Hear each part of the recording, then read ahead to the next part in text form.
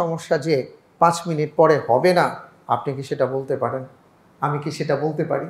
কিন্তু আমাদের মধ্যে কিন্তু এই অবস্থাটা চলছে, যে কারণে কি হয় জানেন, আমাদের অবস্থাটা ওই মধু চাখার মতন হয়, যে একটা ছেলে দৌড়ে এসে ওস্তাদকে বলল, ওস্তাদ স্বপ্ন দেখলাম, কি দেখলাম বুঝলাম না, দেখলাম যে আমার পেছনে তো যেইভাবে চিতাবাঘ দৌড়াচ্ছে, আমি বাঁচার জন্য উপায় অন্তর না পেয়ে চিতাবাঘের আক্রমণ থেকে বাঁচার জন্য সামনে কুয়ো ছিল, কুয়ার মধ্যে লাফ দিয়েছি, একটা দড়ি ছিল, কোনো মতে দড়িটা ধরে আমি নিচে পড়ে যাচ্ছি অবস্থায় দড়িটা ধরার কারণে ঝুলে গেছি।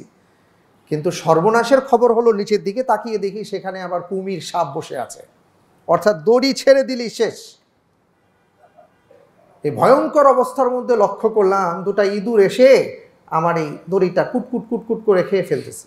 অর্থাৎ অবস্থা বুঝতে পারছেন, উপরে চিতা হাঁ করে আছে, নিচে সাপ বিচ্ছু তাকিয়ে আছে, আমার অপেক্ষা করছে। এই অবস্থায় আবার আমার বেঁচে থাকার অবলম্বন রশিটাকে আমি যে ধরে রেখেছি সেই রশিটাও কেটে ফেলছে।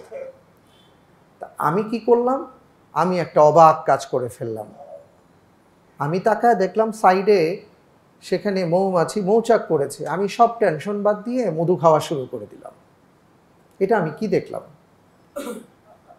তো সেই উস্তাদ বললেন, এটাই হলো দুনিয়ার গাফেলদের অবস্থা।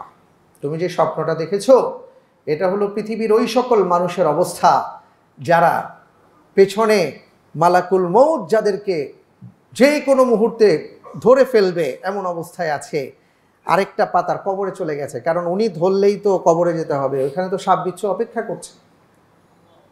তোমার যে রশিটা ছিল বেঁচে থাকার অবলম্বন, ওটা ছিল রাত, আর ওটা ছিল তোমার জীবন। ওই রশিটা যে কাটছে দুটো ইঁদুর, সেটা ছিল রাত আর দিন, ধীরে ধীরে কেটে কেটে কেটে কেটে তোমার হায়াত শেষ করে দিচ্ছে। তোমার চিন্তা করার দরকার ছিল যে হয় মালাকুল মৌত পিছনে আছেন, আমার কিছু করা দরকার, আর নয়তো কবরে যেতে হবে, সেখানে যেন ভালো থাকতে পারি সেই ব্যাপারে চিন্তা করা দরকার। কিন্তু ওটা না করে আমরা মধু খাওয়ায় ব্যস্ত, আমরা দুনিয়া নিয়ে ব্যস্ত। ভাবখানা এমন, আরে বাবা মারা গেছে ঠিক আছে, দাদা মারা গেছে ঠিক আছে, তাই বলে কি আমি মরবো নাকি? আমরা বুকে হাত দিয়ে বলতে পারবো? আমরা সবাই স্বীকার করি ভাই মরতে হবে, আমাকে চলে যেতে হবে, সবাই বলার সময় সবাই বলি, বলার সময় কেউ আমরা এই কথাটা বলি না যে আমাকে মরতে হবে না, কিন্তু কাজকর্ম এমন দেখাই যে আমি আরো 1000 বছর বেঁচে থাকতে চাই। ঠিক না ভাই? কারণ আমাদের অবস্থাটা হলো এমন যে আমরা দুনিয়ার ফাঁকে ফাঁকে আখেরাতের কাজ করি, কিন্তু আমাদের করার কথা ছিল আখেরাতমুখী জীবনের ফাঁকে ফাঁকে দুনিয়ার কাজ করা। আমরা এটাকে উল্টে দিয়েছি। আমরা এখন দুনিয়ার ফাঁকে ফাঁকে আখেরাতের কাজ করি। মনে করেন যে দুনিয়ার কাজ করছেন, আপনার মিটিং শেষ, ও আচ্ছা এখন নামাজের সময়, ঠিক আছে নামাজটা পড়ে নিচ্ছি। কিন্তু গুরুত্বপূর্ণ মিটিং চলছে, এর চাইতেও গুরুত্বপূর্ণ মিটিং আছে, আপনার আল্লাহর সাথে আপনার কথা বলতে হবে। সেই গুরুত্বপূর্ণ মিটিংয়ে কিন্তু যখন নামাজের ওয়াক্ত হয়, আমি কিন্তু তখন আর নামাজটা পড়ি না, ভাবি এই মিটিং শেষ করে নিই। কিন্তু যদি সময় থাকে, আচ্ছা এখন একটা অবসর সময় পেয়েছি, ওই অবসর সময়কে আমরা কাজে লাগাই না।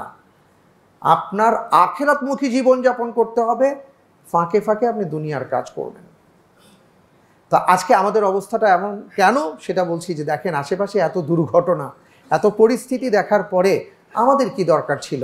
আল্লাহর কাছে তওবা করা, ইস্তিগফার করা, ক্ষমা প্রার্থনা করা, নিজের জীবনটাকে ভালোভাবে ব্যয় করা, ভালো খাতে ব্যয় করা, সব দিক থেকে পরিশীলিত হবার চেষ্টা করা। কিন্তু আমরা সব দেখে ঠেকে বলছি এগুলো অন্যদের ব্যাপার, বিশ্বকাপ খেলা চলছে, এটা তো দেখতেই হবে।